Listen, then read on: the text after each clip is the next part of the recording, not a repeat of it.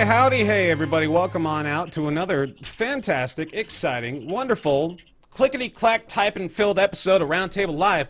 I'm BaerTaffy, joined by Rockley Smile. It's Northernline up there in the corner, and Mathis isn't here, but joining us once again, honorary member of the Roundtable, and just overall fantastic dude. It's the Last Grey Wolf. Thanks for joining us, buddy. Thanks for having me. Happy to be here. Who still goes to a PAX that's not within driving distance? That'd be our boy Mathis Games. I mean, this one is within driving distance of me, though. And that's right. You get one credit to use at a future PAX. Mathis, he gets to bank it. Mathis will be at East as well, I'm sure. Yeah, no, the con season never ends for our boy Mathis Games. It's a year-round event. And he's got to make sure he's there for all of them. You got to draw the line somewhere, or you're going to spend the whole damn year away. He's going to miss it, man. He's got to be there for all the live events. Don't you know how much you gain from being at PAX? You get business cards. You get networking. You get more business cards. And then maybe sometimes free lunch. I got a sandwich once. It was great.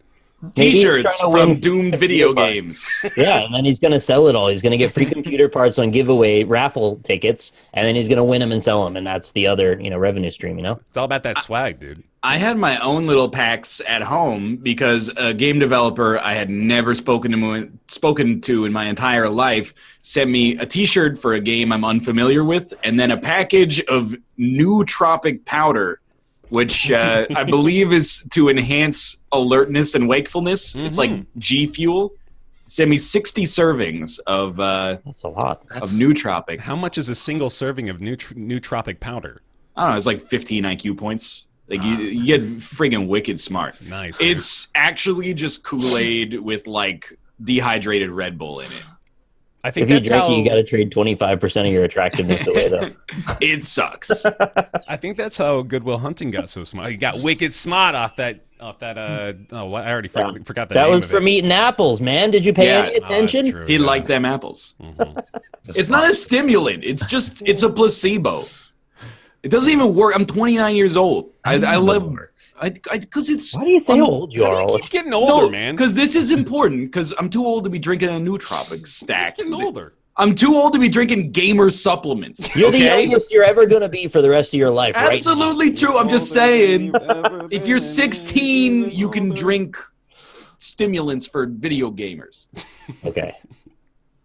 That's fair. At 29, just eat some broccoli. I never felt okay buying Mountain Dew Game Fuel. Like, even at the age of 16, I always felt wrong. Like I was doing something that was not true to the gamer code. I was breaking some. Well, it's an unfair advantage, right? I guess that's true. Yeah, I don't want to be cheating. Performance-enhancing nugs. Did you see? Apparently, they're doing 50-count boxes of McNuggets now. That's entirely our influence. I think we need to take 100% credit for that. And profits, 100% and profits, yeah. We gotta. Well, Ray Kroc famously doesn't allow for folks to sign on for residuals, so we're not going to be able to do anything with that, unfortunately. That's why we take all of it, so it doesn't count as residuals. There you go, nice. Yeah, nothing left. Smart thinking. Hey, we got some show. There's something there. I'm trying. Gosh darn it. It's the middle of January. Fuck you, it's January. Yeah. Just nothing going on. But there was an announcement at least this week, so that's exciting. The Vive Pro, the new headset coming out of HTC's laboratories. It's going to feature quite a few improvements that I've been looking forward to in the VR space, so we'll talk about that. Along with the wireless adapter, which is exciting as well. The Nintendo Mini Direct went down this week. They announced quite a few things, got a few more details about some games that we had heard about at E3, so we'll talk a little bit more about those, along with Dark Souls news there as well, which is an interesting combination, Dark Souls and Nintendo. Cyberpunk tweeted, that's the whole story. Overwatch League has also begun. There's a little bit to talk about there as well. And then we'll discuss a couple of games here in the show today as well.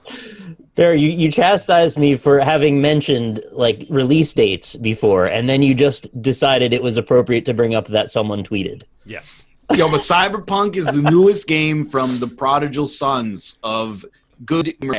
It's January. One tweet from CD Projekt Red is worth $100 million piece of shit from DICE. Okay. Goddamn right. They love us and we love them. Thank you for laying down the law when no one else will. Somebody's got to keep us honest here.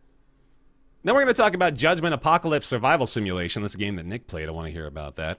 Ylands. More like Ylands. I made that. Oh, you did. Okay, damn it. And then Slay the Spire again, because I played it now, and I want to talk about it a little more, because it's my goddamn show. Okay. Here we go. Let's talk about the Vive Pro. Hey, this is exciting stuff. I think, really? Is that in response to mentioning the Vive Pro? Did you have that planned? You piece of garbage. It seemed like a bit for a second. I don't know. It's your fucking show. Stop me. I can't. Just reach over or down or whichever direction he's in. I can mute him. That's the power I've got. But That's- That wasn't even me doing that, and this is a Vive story. I can mute myself. God damn it. I think the Vive Pro, maybe I'll actually get that, because if I was going to spend a fuck ton of money on a Vive, I would rather it be a Vive Pro than, like, I'd rather spend like $1,100 on a nice Vive than $800 on a regular, first generation Vive. Yeah. The difference doesn't matter as much as, like, the whole huge chunk of money that Vive costs. Let me break it down so folks are kind of in the know here. The Vive Pro just announced this week the big things that you ought to be concerned about. There's all kinds of fancy tech specs. You got your screen, you got your field of view. It's like four those times really the fancy things, that you don't like want to have to It's deal important because we were upset with the screen door effect. Yeah. It's like 4 times the resolution. That's the big thing. That is huge. That is very important. Yeah, and like as soon as this is what I was just talking about with the 4K stuff as well, is that I am really looking forward to the time now where on monitors and on television screens, we'll eventually get to the point where we can't even really parse out the individual pixels with our eyes, right? Like, we can still do that on 4K TV, but obviously in the VR space, you're looking at like a much more drastic problem there, where the screen door effect is present because the pixels are so big when you're looking at it that close. But with 4 times the resolution, like, again, it's similar to what I was talking about. It's like, that's going to be 4 times better, and that makes a big difference. So this is huge. Just that alone is going to be awesome. There's a few other things as well. One thing that I've always been talking about, of course, is the weight of the headset, right? And they addressed that. Not only did they address the weight with the new Pro set, but they also adjusted the center of balance, like the center of gravity on the thing. So it's no longer so front heavy. It's a lot more balanced completely on your head, which is fantastic. That's going to make it a lot easier to move around with it. It's going to seem a lot more natural, a lot more comfortable to actually have the headset on. So I'm really glad they addressed that as well. It's actually like really important because nothing grinds my gears like getting a kink in my neck after 16 straight hours of pretending to be an African Sonic the Hedgehog character. Uh-huh. For your fanfic, right? I did. So, I mean, I gotta be, as always, I'm the Kumaji. Yeah. But this is like, hey, you excited for going to the movies this year? Yeah, they just added new seats that recline at an 11.5 degree pitch instead of the 10.6 degree pitch they had last year. Gonna be the best year for movie going ever. I'm still waiting on software to convince me. Resolution. So what? It helps. It's better. It's demonstrably, objectively better. Yeah. But it's still like it's not worth it.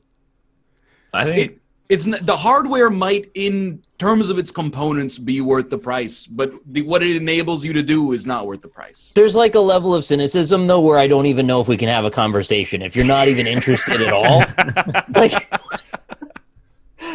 you're talking about like a brand new Lamborghini, and you're like, oh, it's got a V12, it goes 0 to 60 in 1.1 seconds. The roads are all gravel. all right. There's nothing to drive it on for know. any longer than an hour. You're telling basically. me you wouldn't want to drive that Lambo on a gravel road?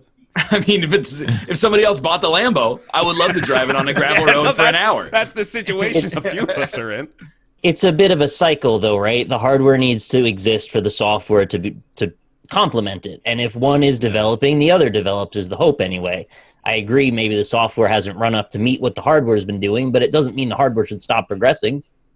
I agree with you there, but I'm still like I can't be excited about it. I'm actually like at this point, the Vive that I own looks like it's like a prototype designed by Leonardo da Vinci 300 years ago. But I'm okay with that. Yeah. And when we eventually move and have a room with more space, I'm excited to hook it up. And then I'll evaluate whether or not I actually want to like upgrade. Because right now I still don't see anything that makes me a believer in VR. Yeah, no, that's the argument still stands, and until we have that winner, the system seller, as it were, for VR space, I still think we're gonna come back to this every time we have these conversations. But like Nick said, like this is fantastic because it's progressing the hardware side of things, and that's what I've really been looking forward to. This is like major concerns for VR that have just been left unaddressed for a year and a half plus now. That are now, like, there's an option at this point. HTC has decided to offer one, like, top-of-the-line now headset, I suppose is what you would call it, that is going to offer, like, the premium VR experience for the people that are playing these VR games. Like, there are some games that have communities. Now, like, Elite Dangerous, I know people play in VR. I know that... oh my god, I cannot think of any of the fucking names of VR games. This is another problem with VR games right now. They all have to be like fucking Trains VR and stuff like that because it's not really going to be marketable. But I know there's a few games that have communities at least. Oh, the other one was Raw Data because that one showed up on our end of the year review thing for Steam as like a VR bestseller and a normal bestseller, I'm pretty sure too, in like one of the lower tiers. So like that game has got a good community as well. And of course, VR chat, which is exploding right now. So, you know, like there is a good community beginning to foster, and this sort of a good community of knuckles. There is a numerous community beginning to foster, and like that's going to encourage the software side as well. So it's starting, and I know it's still not done. It's not at a point where you can be sold on it, but this is exciting still, and I think it's worth like being optimistic about, because these are pretty much all of the major issues being addressed. Look at the difference in price. And again, this is my thing, but look at the difference in price of when I bought an Oculus to now. Yeah. $800 when I bought it to now, what is it, $350 or $400? $400 with both the controllers, too. Yeah, for a better setup than what I got originally, in addition to some software being thrown in. Now, I know there's one side of that argument that goes, oh, well, that's just sort of it going into the bargain bin as it gets rushed out the door into the trash pile. That's one side. The other side is the technology has gotten cheaper, it's going to become smaller, and as Vive is going to evidence, it will progress. So that's a boon for the industry. Hopefully, the software comes up to meet it, like I said already.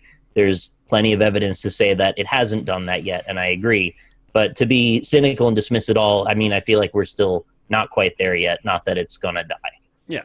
I feel like this is the inevitable kind of like terminus of where the Vive is going right now is when the cyber war happens and we're all drafted. Like, these are going to be really comfortable for when we're doing controlled drone strikes from the comfort of our own home. Yeah, no, I'm ready for that. Mm-hmm. Ready Player 1's coming out this year, so like exactly, it's gotta be somewhere. Yeah, and then of course the other big thing is the fact that it's got a wireless adapter now, which of course we've been asking for forever. So that's great, and I believe that works with the other model as well, but I'm not 100% certain about that. Yeah, I was a little confused about how that fit into the whole thing. Yeah, I mean, I kind of want that to just be standard, but the fact that it now will exist is at least the step that we need to take. Like, I think there was some sort of third-party hardware for a little while, maybe some Chinese product that people were using that served as a wireless adapter for a bit, but now that we have the official Vive thing, that feels a lot better. Yeah, so that's good. They made it look all weird, too. It's got, like, edges, and it looks... I don't know. I don't like the look of it, honestly. It's fine. Yeah, it looks like bicycle handlebars. I don't know why they gave it that look. You're right. You're not looking at it when it's on, right? Yeah, you're not. It doesn't matter. It's just, I don't know why they made it look like that. It could just be like a little box. Yeah, whatever. Anyway. I want it to look like the Geordie LaForge fucking visor. I'm waiting for that day. Like, to just yeah, exactly. Like, when Ryan pulls the thing down, that's all I want it to be, is just that little bar. Dude, that could, man, like... Legitimately, that's going to be the point where the tech gets to, is like you'll have headphones that have just VR built in, so you'll do this shit. You just flip them down. Boink, and then it's going to like the pivot locks on your ears and the whole thing pivots around instead of your ears moving. I'm excited for Baer technology. That's good. It's a good thing. Yeah. It's a good thing. Yeah, thanks, man. I am not going to buy it. The only reason I would buy it is because I still don't have a VR set. So I also don't think you should buy it. It's a good thing. I don't think anybody should buy it yet. But if there becomes a reason, this is the one you should buy. Yeah, but this one's No blue. Did you see? I like that. It's shiny and blue. It's like I'll probably be in for the one after this. I think by then we'll be at the point where we need to be. Unless this one goes on crazy sale and I'm like fast and loose in my wallet that year. we don't probably have a price for this either, right? I saw chat was saying it was like $1,100, but I I think don't that's know just where what they saw people are that. speculating, and that Yeah. seems like a reasonable guess given Yeah, that would be fine. I given like. the level of upgrade. Yeah. So don't buy it, I guess. That's what we're going with. I wouldn't buy it for $1,100. No, that's a little crazy. Well, the funny thing is, I think all four of us wouldn't buy it, but we're all. Well, I'm very happy that it's going to exist at least. Mm-hmm. I still I never bought the Vive is the thing, so I really I gotta introduce that caveat, I guess, a little more often. Is that I was given it for free as part of a project I was working on, so Right. that I still kind of have a biased opinion there anyway. Yeah, my first Vive, which is my only Vive, costs like 1,100 Canadian or something. So Mm-hmm. already kind of in there. Like that, no, genuinely, like that. That's probably it makes it a lot harder for you, perhaps, to justify it or like Yeah, make it seem well, I worth mean, probably paid, like about $100 an hour to play the Vive so far. So would it potentially be the worst purchase I've ever made in my life? I mean, it's weird because I'm like, it's an insanely cool piece of hardware, it. Yeah. but after a while, you just sort of like get it, I guess. So, which is why I'm still waiting on this transformative experience. So, like, I'm definitely not going to buy a second Vive, no matter how good it is, Yeah. because like that's just throwing good money after bad, really. Mm-hmm. Yeah, fair Gambling enough. fallacy. I'm still trying to find out whether or not it. Okay, yeah. So the wireless adapter is for both Vive and Vive Pro, so that's good. Oh. I'm glad to have Wait, confirmed that's really good. That's important, isn't it? Yeah. Mm-hmm. You can just buy one for your regular Vive. Exciting. Yeah, I think I might have to go ahead and try that out. Well, I wonder how that works then, because it's like Yeah, how is it powered if it's hardwired. wireless? That's really interesting. You just take a pair of scissors and just cut off all At home kid, it'll be fine. You can figure it out. Dude, what I actually want out of the Vive and software on it is like a 3D model of like a car's engine, and then just like Bob Vila teaching me how an engine works. Who's well, Bob like Vila? who's Bob You don't Vila? know Bob Vila? This Old House starring Bob Vila? You Bob live in a Vila? world See of the guy. cedar Even- railings, even man. It's Googling cedar it, as man. far as you can see cedar. I want Bob Vila to teach me how to be a man in 3D. Because, like, that's when the first time I touched the Vive, I was like, this is incredible. I want to see, like, an airplane turbine engine exploded out in diorama, and then Neil Armstrong tells me how it works, and then he puts it back together for me. And I go, wow, that's amazing. They did that with Portal. They did, and yeah, that's the other thing. In the lab, they have that segment. And I was like, this is amazing. And then they're like, that's just a joke. Yeah. We were just joking. Yeah. It's the Viewmaster I segment. remember that. Yeah, I was Valve. really excited to actually do that too. That was a bummer. Go back to the one where you're on top of a mountain and you go, whoa, I'm on top of It's- a mountain. it's real Never got birdie, to be man. on a mountain.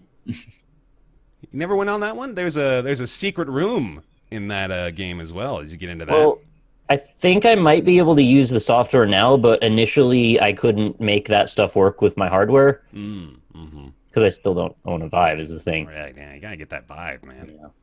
It's only $400. Oh wait, no, that's You're right. not I should Rift. buy another VR headset. That's what we're before- getting at here. That's the conclusion we can safely draw. I'll get all of them. I am Bob Vila is old as hell. He's 71. Yeah. But I bet he dude. still lumbers up like a motherfucker, though. I mean, I'm not trying to insult him. I'm just saying, like, I pictured him looking like the second result on Google image Yeah. search. The Just a first little salt and result. pepper on the side, right? That's all. Exactly. And now I'm like, oh my God, he's Henry Kissinger. You know Yeah, what? that's Welcome weird. back, by the way, Nick. I thanks. totally forgot at the beginning of the show. It's been like a month since you've been on. Hey, You guys have probably done like a show at least, right? Well, I wasn't. Yeah, we did canceled the 2 of show, them. Yeah, but So- a couple of them went out the door. January. Yeah, Well, it's I mean, January. it's like a couple weeks into January now, but I hope everybody had good holidays. Welcome home, little Nick. Thanks. Yeah. Anyway, let's go ahead and move on to the Nintendo Mini Direct. A little bit of news coming out of the Nintendo front this week. So they're still doing a Direct, I believe, after this as well? Or Really? was that all of it? I'm not 100% sure, but we know at least that on Wednesday they sent out a little bit more information, and we got some new releases coming up for the Switch, along with some updates for existing games. Starting with The World Ends With You, getting a re-release on the Switch from the Nintendo DS back catalog, so that'll be coming around in 2018 at some point. Pokken Tournament's getting some DLC. Kirby Star Allies is going to be the official name of the game that we saw announced back at E3. Now we've I got... was hoping it was just going to be Kirby. Yeah, Just straight up. I mean, like, Kirby. for all the shit we talk about games relaunching with just their original names, there was never just a game called Kirby, right? No, it was Kirby's Dream Land was the original. Yeah. Kirby. So I was like, I'd be okay with that. I would have been okay with a game just called Kirby on the Switch. That would have been fine. But Kirby Star Allies is also fine. That doesn't really matter. They should have just called it Kirby 64 for no reason. Yeah, that would be good. Kirby Space Program. If they did that? Would Kerbal? Do you think Kerbal would do Oh, they anything? could get or away they with would it. just, Absolutely. It's Yeah. Yeah. Like, there's No, nothing they Nintendo could would do. just sue them to shit if they tried to even call Yeah. I don't know, because like, isn't 2K owns Kerbal now? Oh, right? do they? So, yeah. Oh, okay. So I think, You do the battle. yeah, it's not Bethesda, but it's still like it's up there. What's the highest of hypothetical problems to have. the name of the developer behind Kerbal is Their name, Squad? Does that sound right? yes, Literally never heard that before. And then they were acquired by Take-Two, weren't they? Or was it 2K? Yes. Take Two is 2K. Oh, right. I guess Okay. so. Oh, yeah. Anyway. Squad. Nintendo Direct. Sorry I for the like tangent. how they called this a Nintendo Direct Mini specifically to be like, we're not talking about Metroid. Mm-hmm. Just don't expect it. That we're not. It's not this. Well, that's why I'm confused, is because I thought they were like teasing that they were going to have that big major announcement, but then they just did the mini direct, so I don't know. Nah. It's the only reason I think they would call it Mini is just to make sure people didn't expect anything. Mm-hmm. Did you see the trailer for Kirby Star Allies, though? Any of you?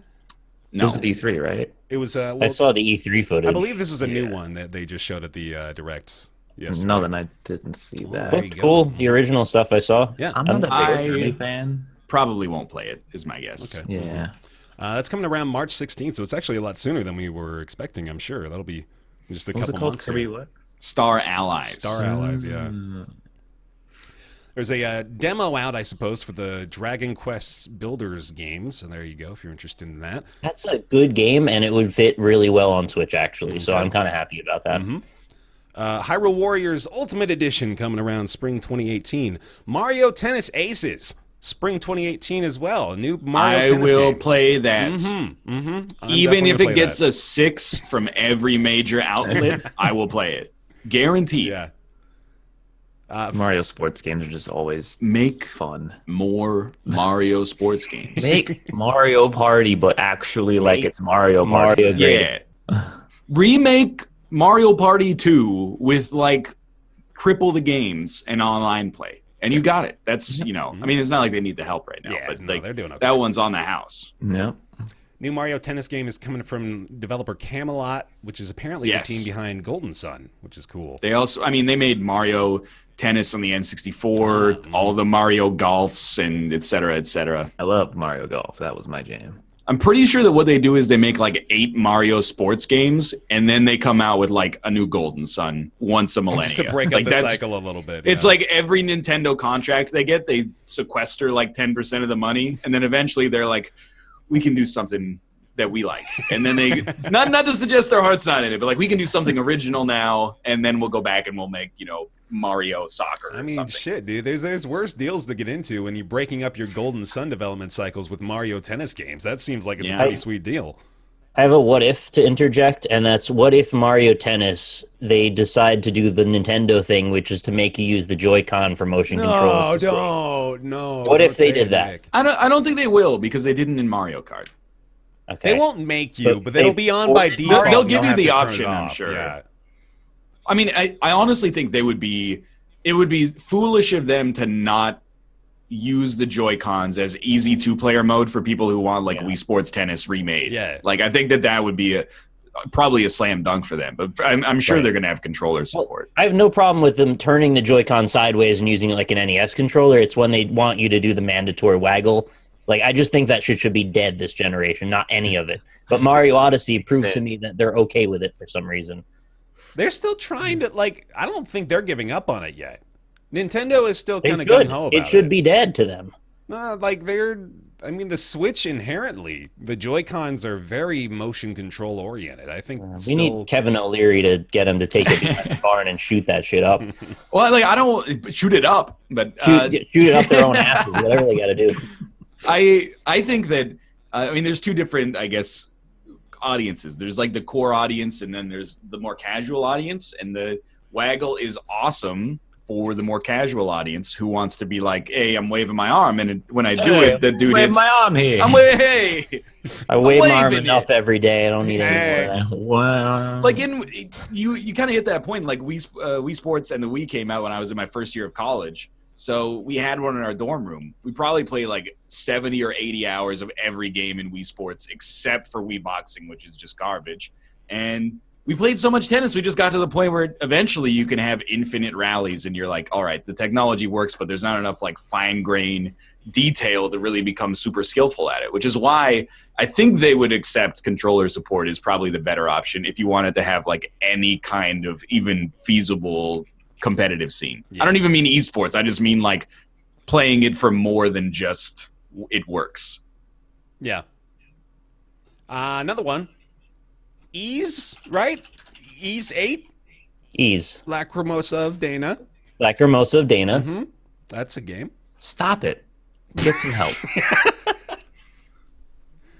You can issue a stop that if you want. That's That's a stop that. That's an official stop. What that. is that? What is that game?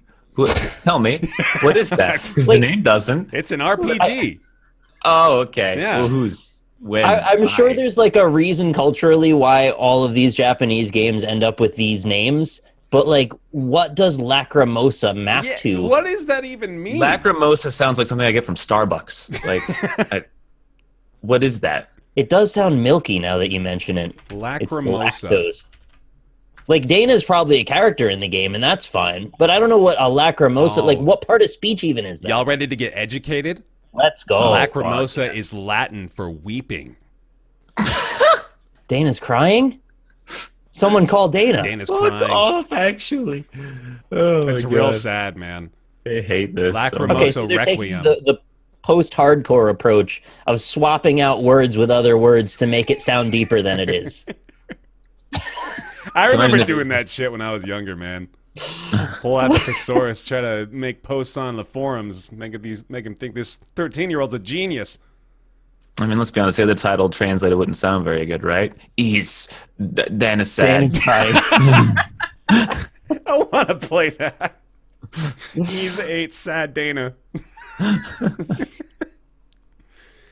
All right. Now that we're done laughing at the differences of other cultures, Super Mario Odyssey is getting an update. Luigi's Balloon Fest. Oh boy. You were going to say balloon fetish. Also Luigi's Balloon Fetish. Another interesting turn for the Odyssey universe. Luigi enlists your help collecting condoms to try to... No. That feels naughty It's for me when to say they things pop like balloons that. and they get off to the popping, I think. Okay. Mario's brother will open up access to a competitive balloon world mode where you can work to asynchronously hide balloons for other players to find. That is way too complex of a word for this sentence. That sounds kind of interesting, actually. No. No, it does. Because there was no actual multiplayer in Odyssey, right? like Well, before? I mean, there was the There's two-player. co-op, which was the other Yeah. person controls the hat, which doesn't really do a lot. I don't know. I feel like there could be something there, or it just it could be just really boring and stupid. But I feel like if the whole point of of Mario was like the movement, right? Like the movement was amazing. Yeah. So many different ways. So if like you can get creative, if it's actually like an interesting mode, and you can get creative and hide things in interesting spots, like I feel like that there might be something there. There's nothing there. Dude, I'm Mr. dying because I saw chat said Mario never uses condoms. That just killed me. Mr. December Opus Magnum does not have Yes. the space to talk in this conversation, I don't think. Look, I haven't played Super Mario Odyssey. I know. But I have lived through the boom bust cycle of Nintendo, 10 times. And always, we're at the peak right now. Somebody within the company, they cut them too much slack. And they go, hey, why don't Wii Sports did really well. Why don't we make Wii Play? And everyone goes, that seems like a great idea. And then it isn't. It's not quite on the same level of that, but no one's This gonna is play Resort it. Island. Yeah, well, Wii Sports Resort is like, that's the hipster choice. That's like the Pinkerton Wii Sports. Yeah. It's like, people like it. Well, this is like a free mode, or is it paid DLC? No, it's free. Yeah, so Free maybe update. Your point doesn't hold up. I feel like You'll be It's a able to victimless move up crime. in a global leaderboard by both being good at putting balloons in hard-to-find spots and by quickly finding hidden balloons. So, like, my idea is, like, do you have to actually go to the spot you want to hide the moon, or is it just like you just go boop and pop it down? Because if you actually have to go to the spot, that makes it Yeah, interesting. no, that's right? what you were saying, right? It's like if you have to, more you have to perform adept you are at these moving, very yeah. difficult movement sequences, that'd be pretty interesting. Mario Horse. People like that. Yeah. People. I think this is actually maybe a good mode. Assuming that's the level of freedom they provide, but Yeah. It's a victimless crime. Mhm. Let me put that out there. It will also But it include just- 3 new outfits. I don't. But like it just reminds me of like in Mario Party. Some of the games you're like, oh, this is good, and some of the games you're like, this is just I don't want to ever see it again. Yeah. Like the newest Mario Party, it has the one where it's like, hey, pick a chest to put a good thing in, and then the rest of them are evil, and then you draw on the tablet to try to convince the other person what to do. And you're like, oh, that's novel that you can draw. You can actually use like the Wii U tablet appropriately to do blah, blah, blah. Then you play it once and you're like, this is dumb. Mm-hmm. This is seamless, though, right? Like, this is just always present for people playing the game, so you could find balloons that you didn't intend to find. Supposedly, yeah. We'll have to see how it actually is implemented. What that does, then, is it allows the players to activate every bit of unused level design, which is actually Yeah. great. So, seems like a smart idea to me, and it's free, so I don't know what there is to I be think it's really like the surface level understanding of it, it can be easy to be cynical of, because when you hear Luigi's Balloon Hunt, you're like, oh, that sounds like... I'm not mad. I'm just like, I'll put my money where my mouth is. If any of you fuckers collect 100 balloons, do a whole round table in a Mario hat. That doesn't bother me. It's a speedrun What mode. happened It's to your not. hat? It's not seamless. Okay. Oh, it's a speed run. Okay. You had a nice hat on. I don't know what happened to it. I still got it. I just thought, when you're bald, you can't wear like a hat on stream, or people assume that you're self-conscious. of the fact Oh, that yeah. you're bald, Mhm. even though you've been But now you've bald for unlocked like the 12 key, years. so you can put it on. So I mean, like we could put this Yeah, on. as long as you address it, then you come out ahead of it, right? Now you look like a DJ. Yeah. That's a good hat. at like at a Spin a ski record. resort or something. Yeah. Canada is his city. It's true. This is official Hudson's Bay Company Olympic wear. Nice. We got Mario and Rabbids DLC coming around as well. A new character, Donkey Kong, will be available this spring. Also, Here we go. last year's DLC apparently introduced co-op and endgame content, so there's a little bit new stuff for Mario Rabbids if you're looking for that. Payday 2 is getting a Switch port as well in February. Apparently that game is still just going strong. Yeah, I found that very surprising that they were still working on more Payday 2. Mhm. What is it, like 5 years old now? Yeah, it's Yeah. getting up there. Something like that. Faye and Celeste, not really sure what's going on with that one, but there you go, coming around. Oh, wait, no, those are two different games. Faye is the... I had, The little, the like the purple, little spark thing, right? purple dog monster. Celeste is a Metroidvania from the creator of Towerfall. Towerfall. Ah, yeah, okay. Yeah, that makes way more sense. Yeah, so Faye is coming February 16th, and then Celeste is coming January 25th, which is pretty soon, too. And then Donkey Kong Country Tropical Freeze is getting a Switch port on the 4th of May. Dark Funky mode? Souls. That's a funky mode. Has a funky The mode, funky right? mode, right? Yeah, as you can play as Funky Kong. Get some ASMR funky vacation. Mm-hmm. Is he the newest member of the DK crew? Who's the? No, there was some jacked up Kongs and like. Didn't Tropical Freeze have some new Kongs? I don't know. I don't know. I'm not into I'm gonna the search Kong the Donkey these Kong days. wiki. Hold on. Crypto Kong? Skanky Kong. There's actually a Donkey Kong wiki. Of course there is. Characters. Kongs. More. Hold on. Oh, God. More Kongs. Let's have more. Every fucking wiki needs their own custom goddamn mouse cursor. Why do I need to have this custom alligator to click things with, Wikia? We don't need this. You should disable JavaScript in your browser. Ooh. And Wikia makes me very upset. I go to the Binding of Isaac Wikia sometimes to look things up, and if you stay with that tab open for longer than 0.1 picoseconds, it plays an ad for Procter & Gamble products. I can't even buy in my own country. Lanky Kong is a wacky-looking orange Sumatran orangutan, an ally of What? Donkey Kong. Sumatran. Yeah. Sumatran orangutan. Never seen Lanky Kong before. Tropical Freeze is apparently very good. So. Yeah, well, Elise loved it actually.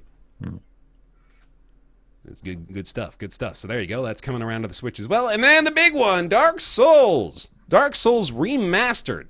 What's that? We don't know a lot about it.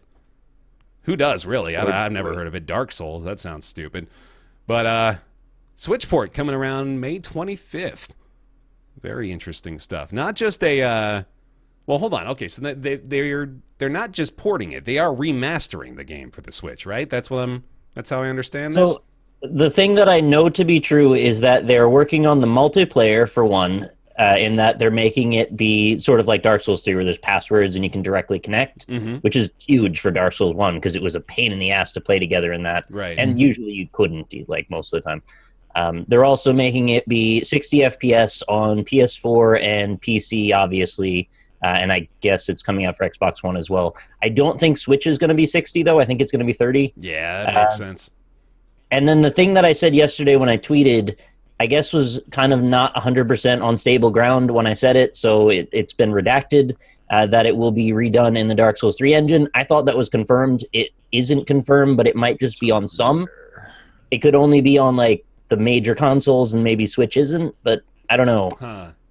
It's I think a lot of those things came from like some insider sent info to one of the Dark Souls YouTubers, I think, like Epic Nambro or one of them.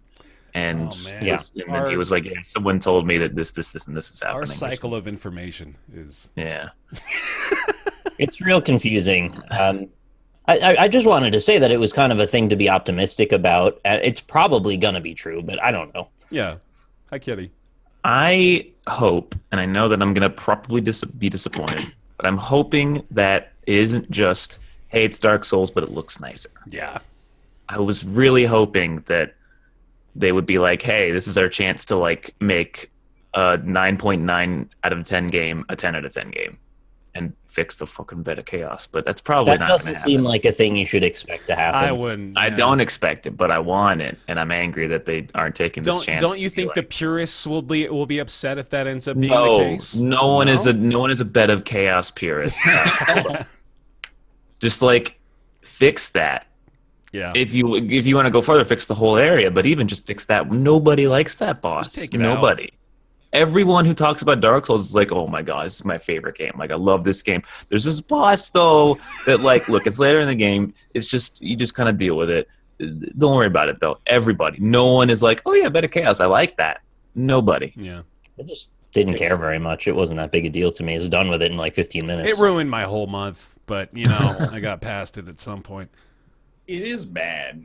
It is bad. It's horrible. I don't hold it against it. I still think the game is really good. Oh yeah, for sure. Obviously. But like Lost Izalith in general is not strong. I And then really the boss hope it's not itself. orange. Yeah, it's like visually it makes me want to throw up. Like if there's some kind of filter on it that like it's that weird like marble sort of gray and brown combined with all the orange, and I'm like, something about that just triggers like it's like CIA reverse engineered a way to visually make you vomit or something like that. It's the bloom on the lava is like exponentially way many factors over what it should have been, and it takes over the screen in a way that makes it impossible to see. I think that's what gets you. Not to mention the frame rates are pretty shit down there as well. Yeah. Like all the big open areas are kind of like pretty bad. Yeah, especially I forget you have to. what Blighttown. Blighttown, yeah. You know. You have to literally run a program to make the game playable on PC. Yeah, I haven't done the real way to do Blighttown since the first time I played the game. Just get that master key and get the fuck out of there. It's 10 times better. That's the best way to play Dark Souls, is to just not do Blighttown. To just not play it. Well, you just skip the stuff that's not very good, you know? Right. There's like 3 or 4 areas in the game that you could just do without. So that Dark Souls remake. Sorry, go ahead. Based on what happened with the remake of Dark Souls 2, I feel like we should keep our expectations extremely low because they like didn't fix hardly anything in those. But this might be a different case, different group of people, different scenario, different time period. But I just don't want to get too excited. At the same time, I also want to get really excited. So I'm trying to temper myself and then look for facts as much as possible. Let's get even more irrationally excited for something that may not even come to the West. The Dark Souls Trilogy box set been announced for the PS4 in Japan. Lots of bonus stuff. It's going to include all 3 games launching on May 24th over in Japan. Sadly, they have not yet confirmed a Western release. But if you're maybe listening from Japan, there you go. You get the info, the inside scoop. Set costs 49,800 yen. Comes with art frames, soundtracks, bookends, and more. I thought you were going to say dollars, and I was just like, what the fuck is in this box? It's actually like 4,900. That's not that bad, right? That's only like $50 or $60, right? It's 50. Yeah, it's $50. Yeah, that's not too bad. It's way cheaper than expected. Mm-hmm. Wait, yen's that low? It's like a rough approximation is like 100 to 1. Mm-hmm. So you just cut 2 digits off the end, and you got it. Once they remake Dark Souls 1, and then they inevitably completely do Dark Souls 2 over from scratch, they can release the trilogy in America for like $1,000 in a beautiful crystal case, and I will buy it. That'll be worth it to me. Big old Dark Souls statue. Did you were there for the PAX West or Prime, whenever that was, that's the same thing, that they had the Dark Souls 3 blood fountain out in the hallway? That thing was incredible. Oh, it was so cool.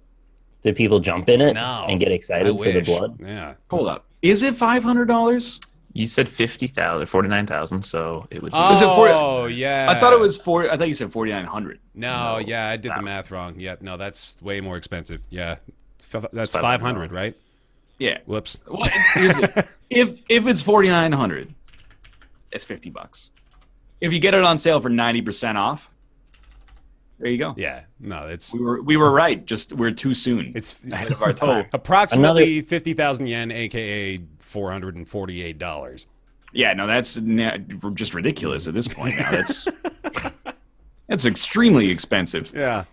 It did seem a little too cheap. Yeah. Yeah. It was like, that's a great deal. We should go to Japan. Related to the price, I believe I've also read that it will be $20 for the Dark Souls remake if you own the original on Steam. So that's another thing. Plus, we also have a date, right? It's May 25th, I believe. 24th. No, 24th? 25th. Yeah, you were right. Sorry, I'm looking at the... Oh, no, wait. I have 2 different dates for that. Well, whatever. It's like one day. Anyway, right? I just wanted to say that's a nice touch. Mm-hmm.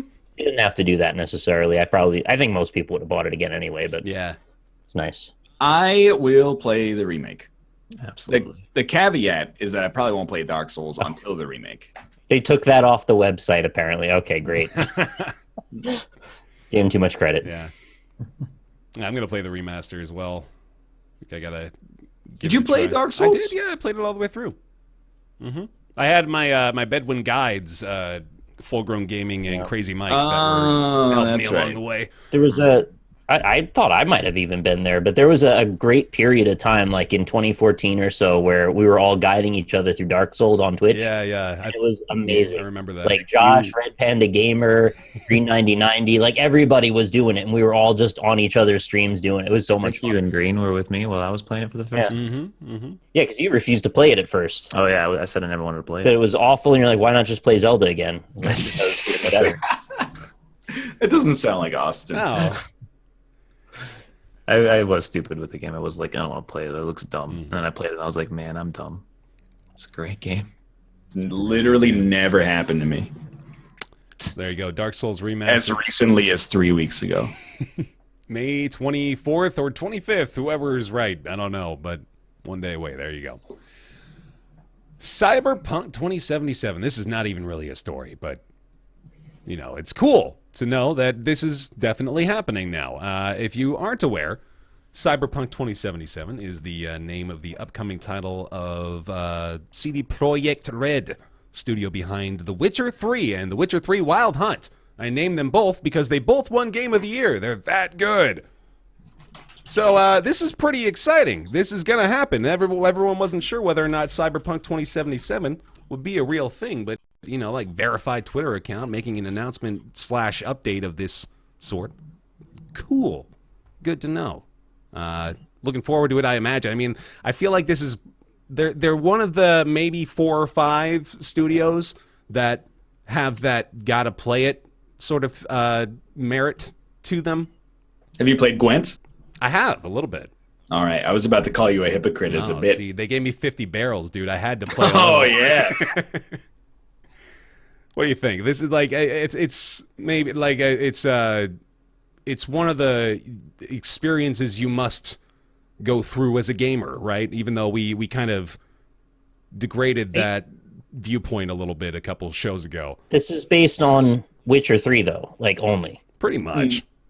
That's not good enough for me. I And need The a longer Witcher track 2. record. And The Witcher And The 3 Witcher Wild 2. Hunt Game of the Year. Okay. Give me another franchise that is also successful, and then maybe we can start to talk about that. But just essentially one game that's universally praised isn't enough to get me converted over. I don't know, man. This is a unique circumstance. There is some satire to be made, because literally for like 2 years after The Witcher 3 came out, our games was just like, why can't every developer be more like CD Projekt Red and live in Eastern Europe and underpay their developers to make these amazing products? Like, I don't understand why DLC has to exist. Dang. CD Projekt Red is making masterpieces once every 5 years. Yeah. But anyway, I don't necessarily want to go into that because I like CD Projekt Red as well. All I'm going to say is I'm not cynical about this, and I'm eager to see what happens, but it really has been like... I'll give you an anecdote. Yeah. So I went to ParadoxCon in 2013. It's like January 2013, literally 5 years ago. And one of the dudes that was there was like, hey, check it out. I just got this in like my inbox. This trailer is going to drop in a couple of days, and it's for this new IP from CD Projekt Red. And we're like, oh, that's really cool. When do you think it'll come out? They're like, maybe 2015. Now 2018, and they've tweeted beep. Yeah. So who knows when this is coming, but Yeah, it's very difficult to even speculate, honestly, like when we should expect it, because like you were saying, Nick, like they don't really have a lot to go on. They've got The Witcher, and that took a long, long time. And apparently they've been working on this for a long, long time, and maybe they'll have to keep working on it for a long, long time. So who knows, really? But this is nice, at least, to have confirmation that it still exists. It is a pretty big project that I think a lot of people have their eyes on. So, they have made Gwent. Like I'll give them. It's not like Right, they're yeah, doing yeah. nothing over there. Like they make Gwent. and they're like running Gwent tournaments too, so they're doing stuff with that as well. It's Gwent's cool. Yeah. There's nothing wrong with Gwent. Mhm. It's not like you shit out Gwent in like 3 months and then just get people off your back. Like that's a real game. yeah. It feels like a promotional activity to me more than a game, but I'm cynical with card games. Gwent's good. It's like it's not good enough to come back to, though. You know, like it doesn't compete with the top ones. I don't think. I think the problem is that very, very few people, i.e., anybody who's not like a competitive Hearthstone streamer, is going to play more than one multiplayer TCG at any given moment. Yeah. Like, is there anybody out there that's playing Shadowverse, Hearthstone, Duelist, Gwent, like There's Eternity? a few or good ones now too, and you're right. Yeah, like most people are still just Ether going Wars, with one. Yeah, that's the thing. So like, I don't know. I thought Gwent was cool, but I'm in the same boat where I'm kind of like, I don't know yet. Yeah. All right. Anyway, there we go. Cool news there. Overwatch League has begun. It's just a really neat thing that exists. Overwatch League. If you haven't heard anything about it, I'll give you a quick rundown. It's the first major global esports league with city-based teams, which is the big drawing point here. This is really what like legitimizes its existence, is this regional presence that they're trying to go for, and it's a pretty big endeavor as well. I believe we've talked about the Overwatch League in general on the show, so that's the gist of it. They are just beginning the league this past week, going for over like $3.5 million in prize money over the year for the league play, not to mention the championship at the end as well. Who y'all rooting for? You got the Boston Uprising, Houston Outlaws, Philadelphia Fusion, Seoul Dynasty. Seoul. I thought it was like, who was Seoul Dynasty? What city is that? I thought it was just Seoul. Seoul? It is. Well, it is a whole can of worms. All right. Shanghai Dragons? Seoul is fine. All right. Yeah, there's a Houston team. I'll refer to Houston. You got a Houston team, yeah. You got yourself the Houston Outlaws, dude. I hate that, though, because Houston's not really a southern country or city, you know? It's like in the South, ain't it? Yeah, but it's... So the freaking Gulf of Mexico. It's pretty southern. It's rather not southern when you actually go to Houston and be inside of it. The culture of Houston. Yeah. Be inside of it. There's also the Dallas Fuel, man. Y'all got two teams down there. Is there a Toronto team? There's no Toronto team. No, there's no Canadian teams at all. There's a Seattle team? There's no Seattle team. Oh, you're kind of screwed. Closest to us is the San Francisco Shock. Okay, go Shock. 2 LA teams. I'm a fucking diehard Shock fan. I've decided. Super is my boy. Matthew DeLisi going all the way this year. Matthew Khaleesi? Oh, I wish. Someone's mad there's a Houston team and no Atlanta team. Houston's the 4th largest city in the freaking country, dude. It's huge. Why doesn't it have a hockey team? Give it a hockey team, please. Doesn't he? Because you haven't shown the grassroots supports for a hockey team yet. Who cares? Just give it a hockey team. Everyone in Houston is like, I'll watch if they bring it here. That's not how it works. You got to do it, man. We got busy. We got oil to freaking make, dude. We got oil. and outlaws to put away. This is an interesting idea, though. Like, I'm thinking, like, all right, what's the only esport I care about, which is Dota? Would I watch Dota if it were like this style? And I think I absolutely would, because the one big issue with Dota is that the teams just constantly switch players and constantly, like, it's so hard to root for a team because, like, 2 months later they'll have 3 new players. And you're cheering for a sponsor. Yeah. Like, You're like, I love SK Telecom. They're my favorite Dota team. Right. I love cheering for I Buy Power Cosmic in the Rocket League Championship Series. That was super exciting.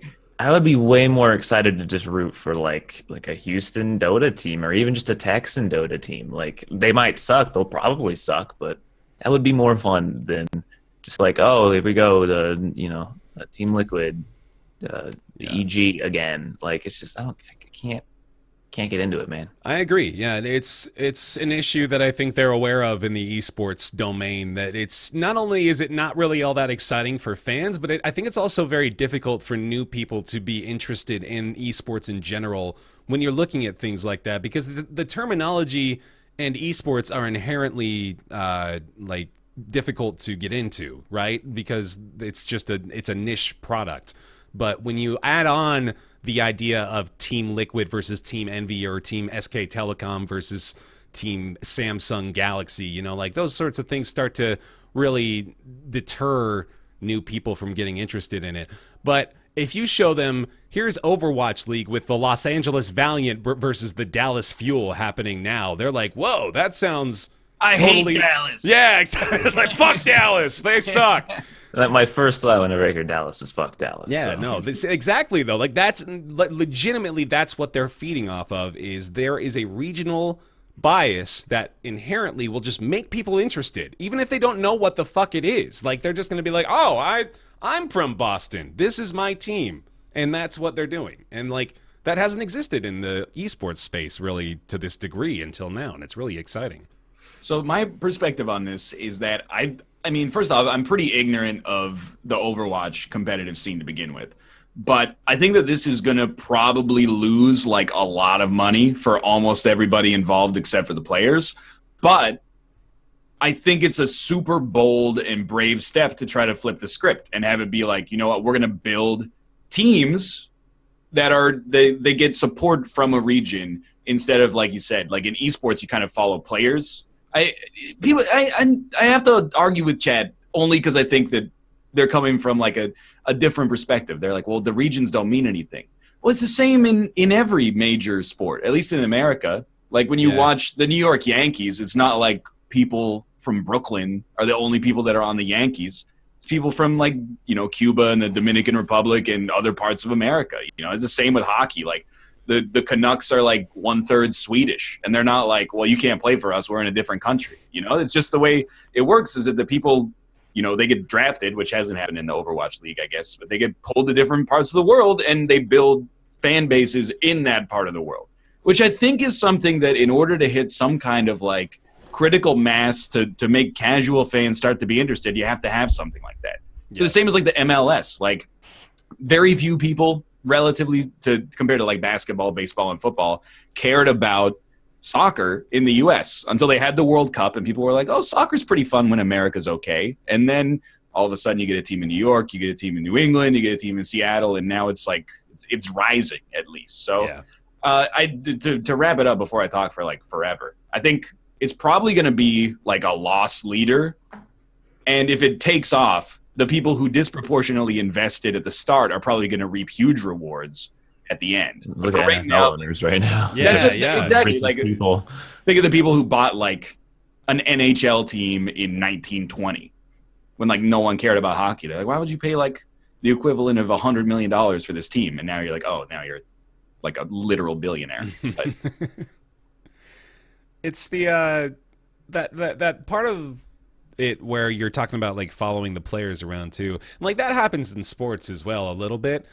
But I think with esports, it'll begin to develop as these players become associated with these teams a little bit more. And I think it's a lot easier to do that when you're discussing regional teams and names like the Gladiators and the Fusion and stuff like that. There's a lot more stickiness to that. And those sorts of little trivial things make a big difference. Like, it sounds so stupid to say that just having good team names and a professional presentation, I mean, that obviously is a lot more valuable, but like, that stuff legitimizes the existence of these organizations. That stuff makes the difference to not only the viewers, but the sponsors and the people that will put money into it. They want to see stuff like that, and this is doing it. So it's cool that Blizzard has decided to, like you said, like kind of take a dive here, and more than likely take a loss as well, because almost certainly they're not making money on this year. But it is really nice to at least be able to make a push toward further legitimizing the esports scene. If you want a good example of the value of this kind of system, look no further than Cleveland Browns fans. The fact that those exist at a high number shows you how devoted people will get to supporting their team. Absolutely.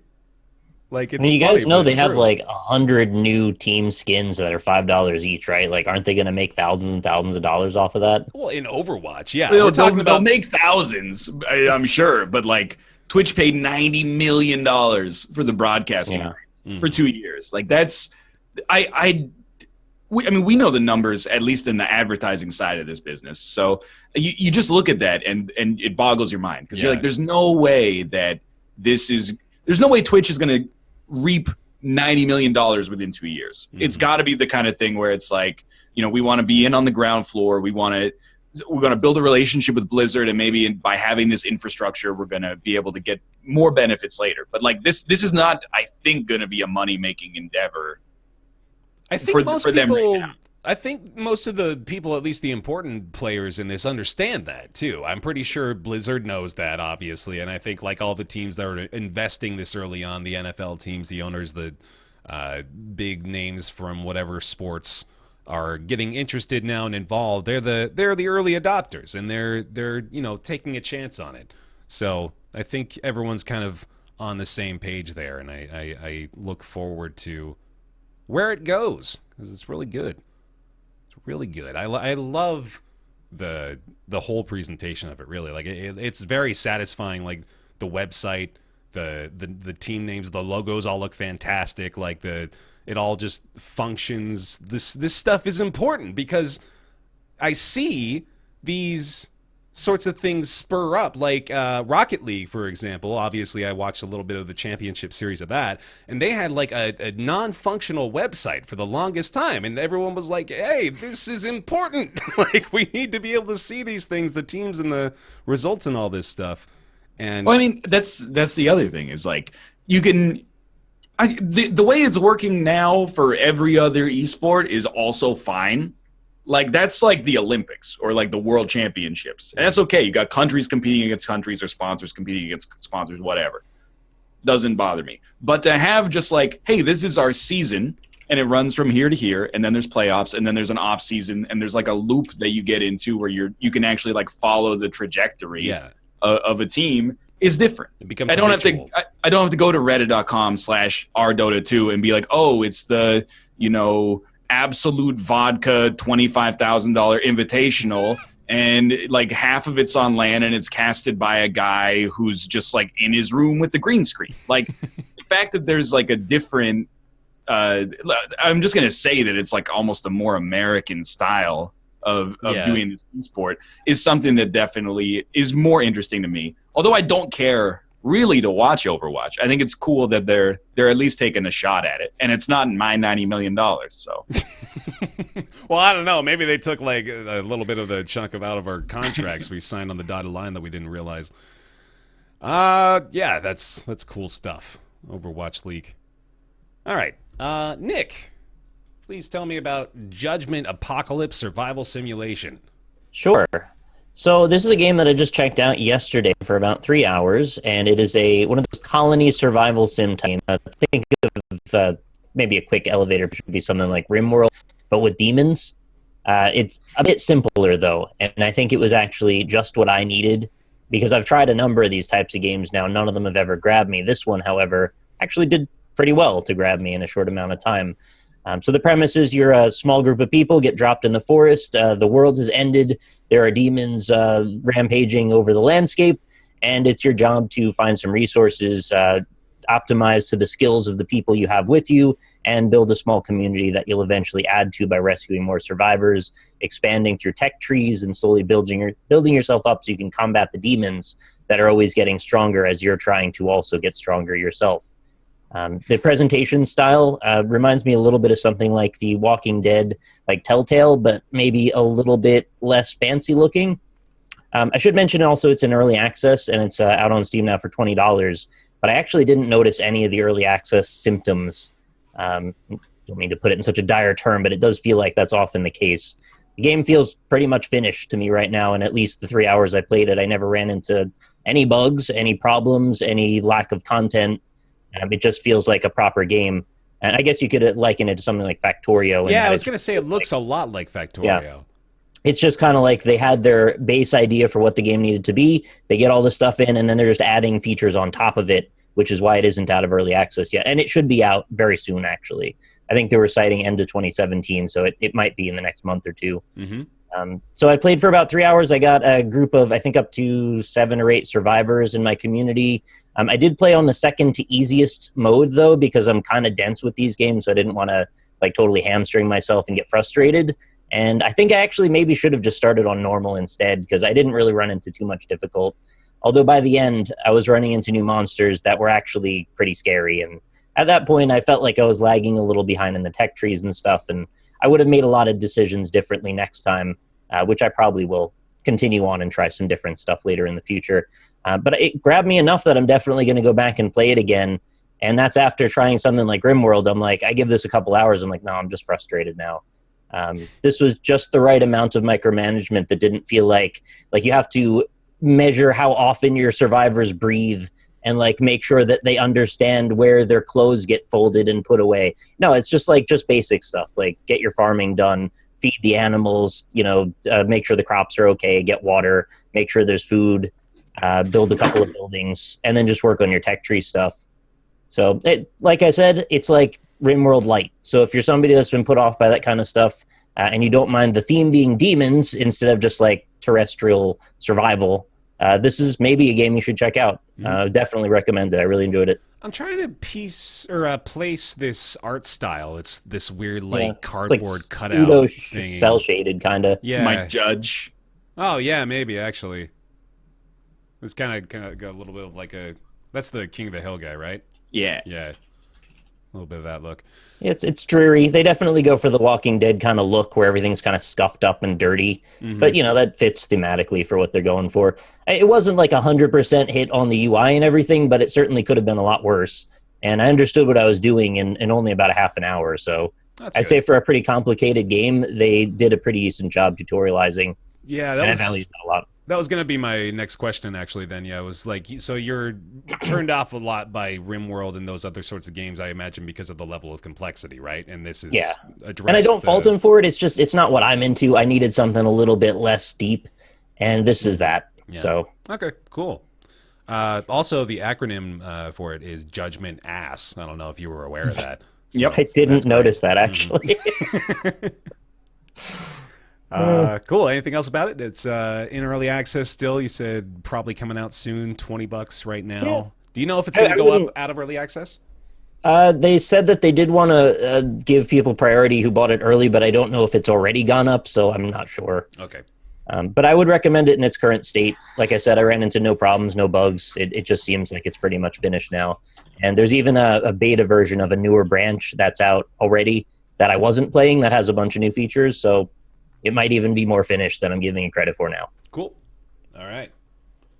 That is Judgment Apocalypse Survival Simulation. That is out on Steam now. It is $20. Dollars. Ryan, will you please tell me about Ylands?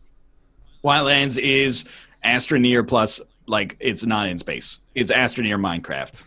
Do you like it? Not very much. Not very much. To be honest with you. I think it's bad. You think it's bad? Oh, man. All I think right. it's bad. It has this extraordinarily extensive list of things you can craft, which I think is good, but instead of creating a system where you can actually craft those things, they have a system where you cannot. And it is the most bloated, confusing, awful crafting system in any game I've seen. I don't know. It just has the worst. Okay, it doesn't have literally the worst, but it has a really, really bad UI. And like, it's like they tested it exclusively with yes men. They were like, hey, you don't even know what you can craft when you start playing the game. Should we have like all the things grayed out that maybe you could eventually get to at some point? And like, nah, it's just they'll figure it out. If you want to build a raft, obviously, in order to see the raft, you have to convert your grass to rope. I mean, are you an idiot or something? Like, the QA, it feels like it was exclusively done with people that were like already super in the guts with respect to the game. Like, they understood everything. It's so unfriendly for a new player that it's just it boggles the mind, honestly. Yeah. Anything to... I feel like although I don't disagree with most of the things you said, I don't know that those problems are necessarily worth universal condemnation of the entire game. I grant that they may be frustrating and they may be a huge impediment to people getting into it, but there's a lot of people that'll push through that kind of frustration, or like you did with Minecraft when you start out, you end up going to Wiki, you kind of look into stuff, maybe you've watched some YouTube videos, and I grant that that's silly, you shouldn't have to do that, but also people do that. So if you can get past that initial level of frustration, maybe there is some more fruit to be mined through that later.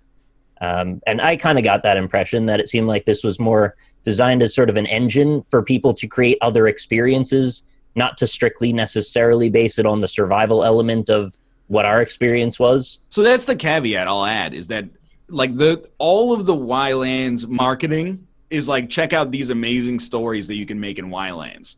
When you actually start a game, it's like survival or go to the Steam Workshop. So I don't know, maybe there's like Bohemia curated stuff on the workshop. Otherwise, I just kind of feel like essentially what you said. They're like, we made a sandbox, check out this amazing stuff you can do in it. But the survival aspect of the game is just like not, it's just worse than the myriad competitors that it has. I was going to say that. Like, if there this weren't game is literally 10 times better than Minecraft, 5 times better than Ark. I liked Ark a lot. favorite sandbox survival game dev tool. It's us in a sea of sandbox survival games. If you can't succeed at your base crafting function, just there are so many other options out there already. Just Have you guys not played like dozens of other survival games though that felt worse than this? Because I feel like I have. I don't seek them out though. Like, Yeah, I do. I know that's they're mostly like garbage. This one I didn't feel like was garbage. This one just felt like another one, though, to me when I was watching it anyway. I don't know, but I didn't play it, so. It just feels like if you're gonna have a game where the intention is like, oh, you could put like 800 hours into this, then it just has to be smoother. Like they have to give you the little breadcrumbs like bit by bit, and instead it just feels like they're like, hey, welcome to the island. Figure it out. Yeah. Homo, get off of that computer, please. Did Ruka knock something over? Yeah, he knocked over a mug. Oh. I'll replace it. Like I have no doubt that maybe I'm not going to back away off the criticism. Like I'm not going to walk it back very much because there could be meat that's awesome in the center of this game, but they make almost no effort, or at least an inadequate effort compared to other games that are essentially its competitors to help you get there. I mean, it's not enough to just make that good stuff. If the tutorial is so bad that it's inconceivable that most people would ever get there, I think that that's a serious knock against it. Yeah. Austin, anything else to add to it? No? No, it's there's not much you can say about it other than it's just it ends up being weak in comparison to most other survival sandbox games. Yeah. I would rather play Minecraft than this game. It's got mostly positive reviews, though, guys. Isn't there anything redeeming? I think that's fair. As strange as that sounds, I think it is fair that it's at like 75% positive on Steam. Because I think if you put the time in, you could probably have some enjoyable stuff going on here. And I haven't touched the Steam Workshop stuff. And hey, I can't stress enough that all the marketing is like, we played for 2 hours. The height of our technology was like a spinning wheel so we could make a shirt. And even that was laborious. We're like, okay, here's the 8 precursors to make a spinning wheel in this game that each have 4 precursors of their own. So like maybe there's amazing stuff there. Like I'm seeing people, they're sailing a real sailing ship, like a galleon with a wheel and 8 sails or something like that. And like we came across computers and there's wiring systems and stuff like that. But I think it's just like that's all well and good, but I'm never going to get there because just the quality of life between like just making something is bad. Like it's just not good when you're like, I want to make a table. How do I make a table? Well, the way that you make a table is you got to chop down a tree and then you craft the tree into planks, and then you need a workshop and a saw, and then the workshop plus the saw turns it into, wood that is actually tenable, and then you can build a table at a blacksmith's forge or something. Here's a question that can fill 5 minutes. Did Minecraft do a good job of creating an interface that is enjoyable for crafting? No. I think it did, but I think the real benefit is that in Minecraft, at least in beta, you could craft like less than 30 things. Yeah. Are you talking about the console version or the PC version? Because the console version is totally different. That's like the 3x3 grid for crafting. Yeah, but in the console version, they basically give you schematics and you just click on what you want. And I forgot about that. Yeah, no, that one's garbage. I'm talking about the PC one. Yeah, the PC one is also garbage. Like, you actually just have to learn what you do to make things. They didn't give you anything, really. You have to just figure it out, which I didn't mind because I liked the exploratory process of that. Or you go on the wiki and you just learn it all there. Yeah, I'm not even necessarily... I want to butt in just for a second, because I haven't played Minecraft since 1.0, so like 6 years or something like that. But at least in Minecraft, it was like, I have to look up how to make an axe. What do you do with an axe? Well, you use it to chop down a tree faster, or you use a pick to get like different minerals. And then it was like, you can make armor and helmets and a stove and a chest. And I guess redstone eventually, but like there were like, again, a couple of dozen things that you can craft. Whereas in Ylands, the complexity works against it because you look it up and you're like, okay, I need a pottery wheel, but in order to make a pottery wheel, I need to invent the universe beneath it. Like every question that you Google ends up coming back with more and more questions. And eventually you get to the bottom of that and you can start to work towards it. But it's like, it's overwhelming the first time. I was even mostly referring to, like, not necessarily the discovery of different schematics and plans and things you can make, but the actual process of crafting things. Like, I think Ryan said, you have to be able to, in these games, enjoy moving around. It has to be smooth, and the gameplay has to at least be satisfying. But I think the crafting itself, the process of doing it, has to be satisfying a little bit as well. I don't think Minecraft really had that satisfying of a process, but it had a process that was rewarding, I think, all the same. So I don't know rewarded if a time investment, which is why I'm also skeptical to dismiss this one without the time investment. I have literally an hour in Ylands. Yeah.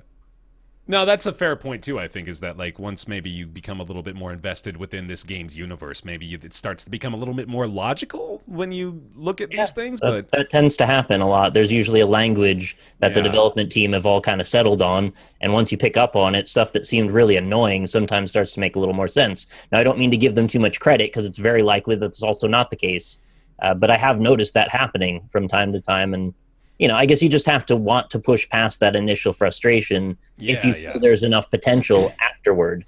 And I get why lots of people wouldn't, but I tend to want to when it's something that I find to be kind of interesting. But it doesn't promise anything more interesting, at least visibly. Right, yeah. Maybe the marketing does, but I don't know. It's not like when I opened the crafting menu, I was like, I have to get to this piece of technology. I don't know if that's the breadcrumb trail they're trying to create with the, like, broken protective shield barrier or whatever that you get in your inventory to start with, but it just, like, it seems such a huge ask to, like, get to that point that, like, if it's not fun until you get there, then I think it's just bad. And there are games that buck the trend, like Paradox games have awful tutorials, and you have to put in time outside of the game reading like crazy. You have to fail like 8 campaigns before you even know what you're doing at all.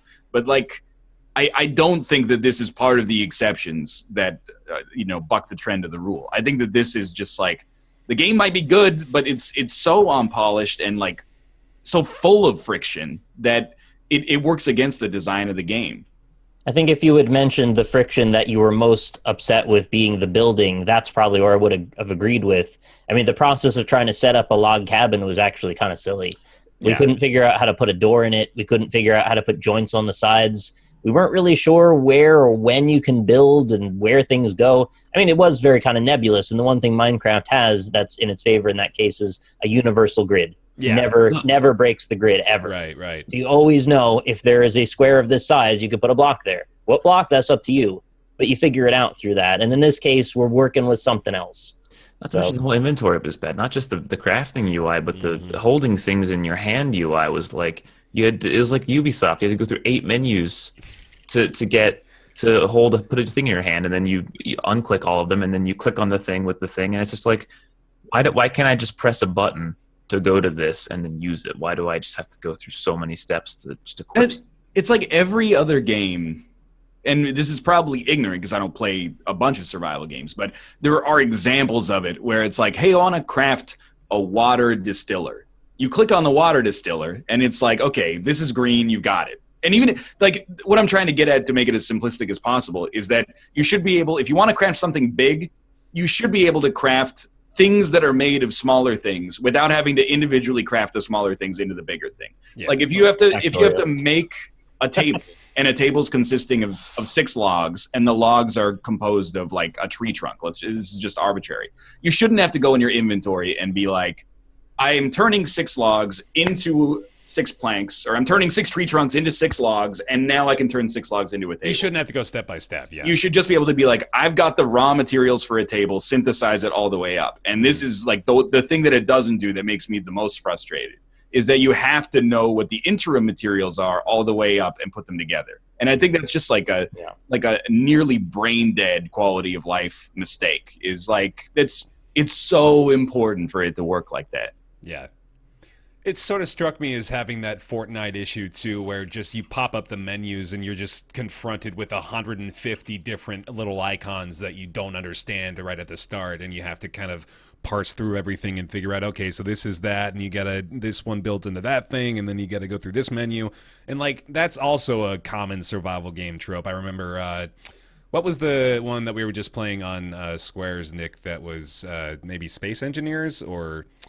Are you thinking about the top-down one with the science facility in the wasteland? No, the one that was like space exploration. It had like all the different menus for building. Yeah, that stuff. sounds like Space Engineers. I think it was Space Engineers. Yeah, but they have those very complex menus, which is something that I really wish they would address too. I don't even really know what like a practical solution to that would be. You need a Rob for that, is what it is. You need the guy that plays, or a Fox in this case, or a little bit of both. But the guy that has played it for 100 hours, that is your hand holder for the or trip sitter for the event, and that is not a practical solution for a video game, but it is in those cases a solution. Just survival game UIs. One of these days, a game is just gonna fucking nail it, and like take out 6 steps for putting or turning logs into rafts. Just like make it. Like honestly, like Factorio is intimidating in its own unique way, but it does a great job with the UI. Yeah. And the crafting, like it the fact sorts that your inventory automatically. It just exactly. It's just like, hey, don't fuck with I got this. Don't worry. It's really only like it's not that the game is too complex to be approachable. It's that it's complex, and then it just seems like there's obvious stuff that they skipped that would have made it way gentler to learn. Yeah. Like in Factorio, I still think looks ugly, and I know not everybody agrees with me on that. And I think that when you explain it to somebody and you're like, oh yeah, you basically spend like 90% of your time debugging conveyor belt setups to get like gradually more complex. What do you get when you get like the next level of technology? Oh, you can make the things a little bit faster, but it's like a lot harder. And then when you get that done, you just keep making more work for yourself over and over, but it's fine. But like in Factorio, I never feel like the tools are working against me. And in Ylands, admittedly, we had no trip sitter for it, but I'm like, I know I have what I need, which is even a step in and of itself, because sometimes you don't even, you need to have the precursors for something to even know that the secondary level for it exists. So almost like in Minecraft, you're like, I want to make a pickaxe. I need stone first, and then I'll use a stone pickaxe to get iron, and I'll get a furnace, and blah, blah, blah. But in Ylands, you just spend the first 10 minutes being like, I'm going to pick up a bunch of shit, and then I'm going to click on the crafting tab and see what options are available to me. Like, I feel like we found it very difficult to pursue a goal because we were just like, I am at A and I have to get to C, and I have no idea how to get there. So I'm just going to keep opening that crafting menu and hoping that something comes up in the interim period that kind of guides me. And as stupid as it sounds to say, I do think some people actually enjoy the memorization of knowing what equals what and the logic process of how you get from one place to another. I certainly grant that it seems very frustrating to you, and it's somewhat frustrating to me. I don't think it's as frustrating to me. I could deal with it in Minecraft. I could probably deal with it if I felt that the fruits of my labor existed in Ylands. I'm not sure they do, but I might be curious to find out. Like I said, I only have an hour. Yeah. Fair enough. I want to play Factorio now. I want to play Minecraft now. What's your at this point I wonder what would be y'all's like top tier survival experience now from what you've Minecraft or Terraria. Still? I like both of them a ton. Minecraft and Terraria are still very good. Yeah. Depends if I want to play in 3D or 2D. Yeah. Sweet. All right. Ylands, $15 in early access, so I guess we should introduce that caveat to everything as well for all the issues that they've got. They are still in early access, planning on being in there for 6 to 8 months. So, there we go. Got Slay the Spire on the docket again. I want to do it real quick, because I did get a few hours in it before the show today. It's real good. It is real good, and the way you described it, Ryan, I find is quite Stone Meat's Darkest Dungeon. And it's like, it's definitely scratching some itches that I didn't realize I've needed to scratch for a little while. Like, we talked about it last week, of course, so I won't get into too much about what the game actually is, but I'm very intrigued thus far by the deck building. It looks like there's a lot to it, which I wasn't expecting, but I guess, with it being entirely card-based combat, or, with a few extra things on there, that would make sense. But how, I don't want to spoil it necessarily for myself, I suppose, but how deep does it get? Is it going to be like Hearthstone levels where you can build like 5-6 different kinds of decks that are all viable? Yes. Wow. I was surprised because I had I think the same worry where I was like, I started playing, I was like, man, I feel like there's like 3 decks here, and then I'm gonna be done playing. What ends up happening is that there's like more than 3. There's like maybe 4 or 5 deck archetypes for each character, and every time you make one of those decks, you never just get the options you want. You have to start, you have to compromise and make your deck. Like, it can never be a perfect deck. Right. So you end up having, like, I had these runs where I had decks that just had 2 archetypes in them. Like, I had a Shiv/discard deck with the whatever that character is, Silent. And it was a very, very good deck that it didn't do one of those things super well, but it did both of them well enough to get me the win. And it's really fun to me that you can do that. And I think as long as they're going to have 3 characters in the main release, I think as long as they try and make a few more characters, or even just more cards, I think the game will be playable. Like, you won't get bored. There'll be so many kinds of decks that it'll be fun to play a deck you've already played before to see if you can play it better and get a better deck that's that same archetype. Yeah, like the first, this is like the 3rd time we've talked about it, I think, but the first impressions I had of the game, I was like, oh, it's kind of cool, but it seems a little shallow. And I think that I was like way off there. It seems shallow when you first play and you go, oh, this card seems good. This card seems like, I think what you do the first few times you play the game, or at least what I did, is you look at the cards you're given and you just choose the best one. It's like drafting a fantasy team or something like that. You don't really worry about there being like a unifying strategy or theme to your deck. If you get a synergy, you're like, oh, that's cool, but you're not like, you don't have it in your mind the whole time. But once you get like a base level of familiarity with most of the cards and relics, it becomes a lot more fun because there's a strategy in deck building where you go, well, this card's good, but I've built for a synergy that's related to this. So this really, it adds something to the deck, but it also makes it thicker. So I'm much less likely to get to the cards that I need to really make the engine for my deck. So once you've played enough and you figure out like what kind of archetypes there are and what you want to go for, it really opens up. And then even beyond that, there's another level where when the first few ones that I was playing, I was like, I only want to go elites. Like, that's the only thing that matters to me. I always want to take the path that goes through the most elites because you get the most relics. But then the more you play, you're like, on this floor, I'm pretty weak. Maybe it would be best if I skip the elites and instead I hit like the highest number of question marks possible or something like that. And maybe I can get a relic that transforms the run. So there's like a lot of surprising depth to the game that you wouldn't necessarily appreciate the first couple of times you play, or at least I didn't. Yeah. On that note, this isn't going to be really a directly relatable comparison, but Elise and I have been playing the new board game by Derek Yu, Time Barons, and in that game, I really appreciate how he utilizes like every single element of the game to its fullest capacity, or at least to its fullest apparent capacity. Like, there's nothing that goes unused throughout the majority of the game. And it seems like Slay the Spire kind of falls into that same category where they have all these different mechanics that almost always end up being utilized within the course of 1 or 2 runs. You know, like you said, like, there's no guaranteed path to get through. You typically end up seeing most of the different things that are on the map. You see a lot of different kinds of cards. You see like different ways to utilize different status effects and things like that. I think it's common in games like this for things to kind of fly under the radar and be forgotten about really easily, like especially mechanics that may not be as interesting as others. You know, it's really it's really easy for those to just be cast aside and forgotten about. But I really appreciate it when there's, you know, they've kind of made a point of cutting the fat, and they have pretty much what they want, and they're making a point of it to like get the most out of those things. And I think Slay the Spire sort of fits in that same vein, so I like it a lot. Yeah, and I'm definitely digging it so far. I will certainly be playing more. I was remiss to have waited this long. There we go. Slay the Spire. Nick, I know I don't want to put you on the spot like this, but I know you had a contradictory opinion. What did you not enjoy so much about it? It lacked drama. It lacked suspense to me. I didn't really care much for the art style. Mm-hmm. It just didn't really grab me, and I don't know.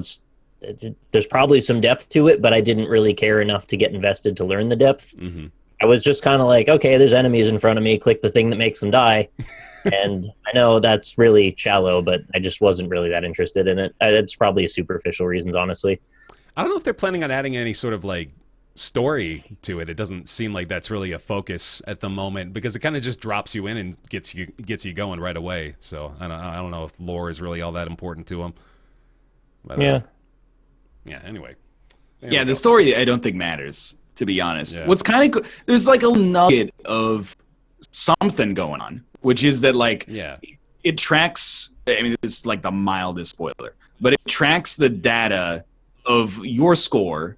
And then when you finish a run, it does your score's damage to the final boss, and it tracks the worldwide damage done to that. So it's almost like I don't want to say it's an ARG, but it reminds me of like the greed mode thing, where they were like, we're tracking the amount of money globally that's been donated to greed mode, and when you hit a certain level, it'll unlock something. Yeah, yeah. I don't know what's happening with that, but apart from that, like I'm already 100% mechanics driven, so I don't care about the story whatsoever. But it is pretty much, this is the kind of game I think it appeals to people that are like me, and I don't want to speak for Austin necessarily, but I think he's kind of in the same boat.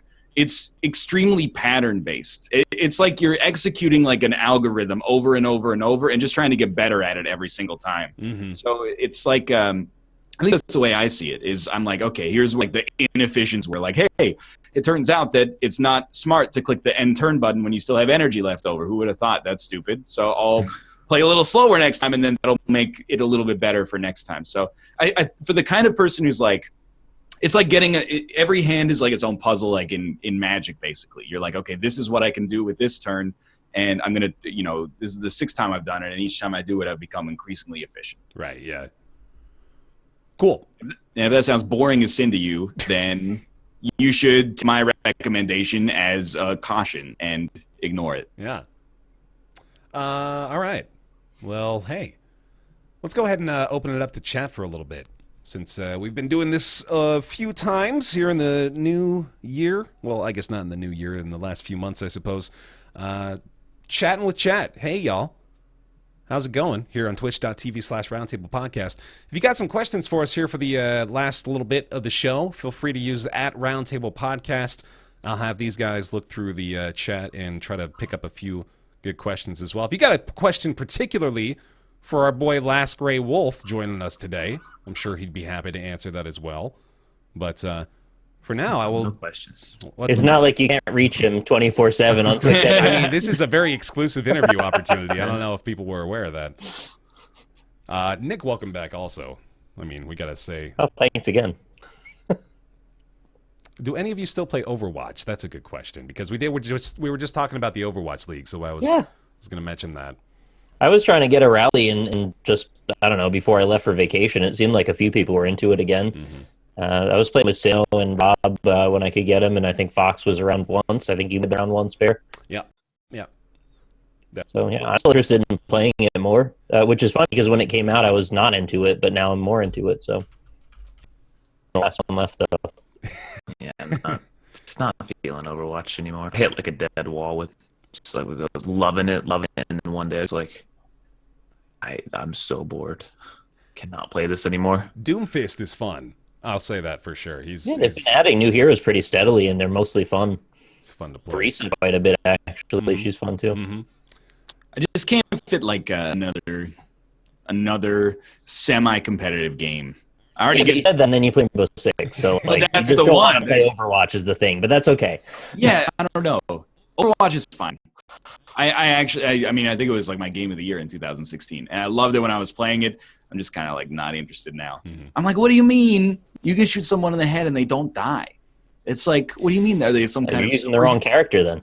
The answer is yes, I guess. But hey, Austin, what's your top 5 games of 2017? I won't make you do all 5. How about the top 3? Top 3, I think number 1's just Breath of the Wild, without even a doubt on that. And then I think Mario Odyssey as well. I'm leaning definitely heavy towards Nintendo. Mm-hmm. And I think what's 3? I always have trouble remembering the things that I played over the year, but I think 3 might be Resident Evil 7. Oh, really? I very much enjoyed that game. Yeah. Okay. Even though I hate horror games, that game was very good. Well, the first 2/3 of it was very good. Yeah, interesting. Alex wants to know: are there any games from 2017 or maybe even before playing through time this month for the whole squad? Yes, Yeah.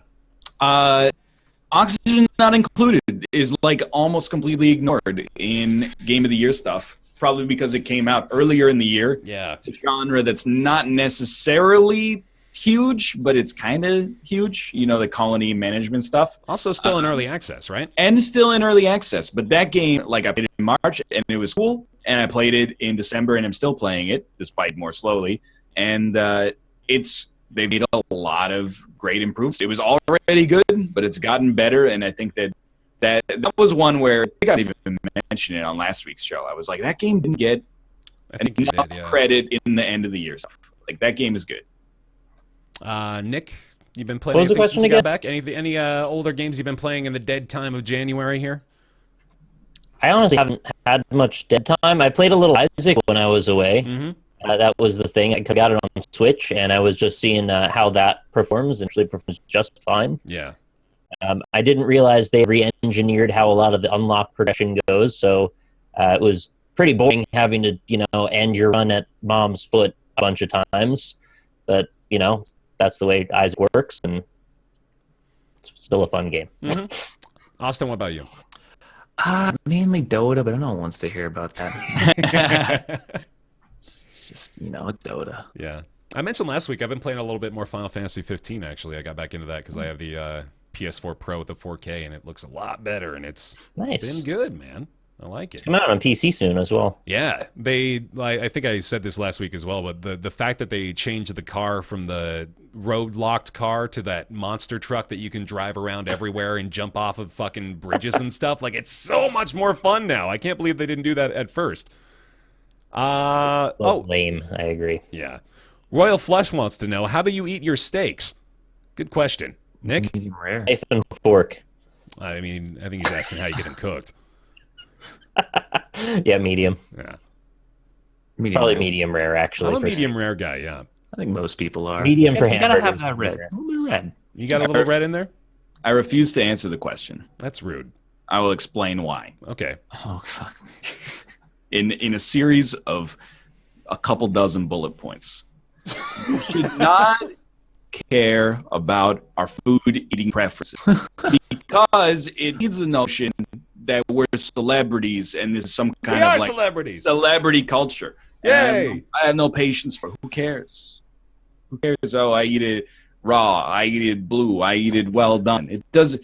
You like the games and the videos, then that's cool. You like the streams, that's cool. You don't need to know. What's your favorite commercial jingle? What's your favorite steak? What's your favorite blah blah?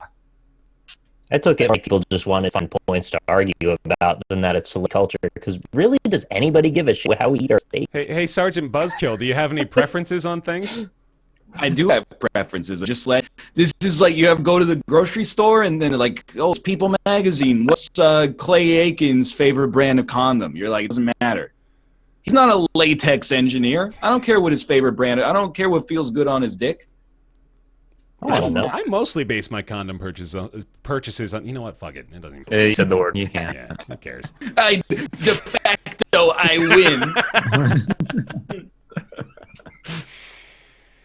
win. Audio is actually trash for everyone but Bear. Sweet. All right. Let's end the show. Hey, everybody. Thanks for watching Roundtable Live.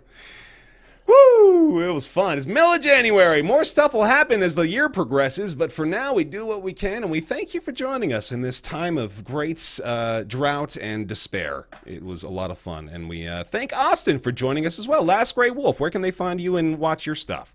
Twitch.tv/last_gray_wolf. It's when I want to play the Spire. That's what I'm playing right now. A lot of it. Mm-hmm. Also, it's just January. There's hundreds of games. You just got to look for them. What's coming out this month, man? You got to tell me. Well, I just found one. I was just playing Judgment last night, That's right. and I thought that was pretty fun. That was last month, right? January. Just saying, we got some. Oh, wait, no, that wasn't last month. That was, Ylands was last month. Judgment was 2016. January. You just got to find them.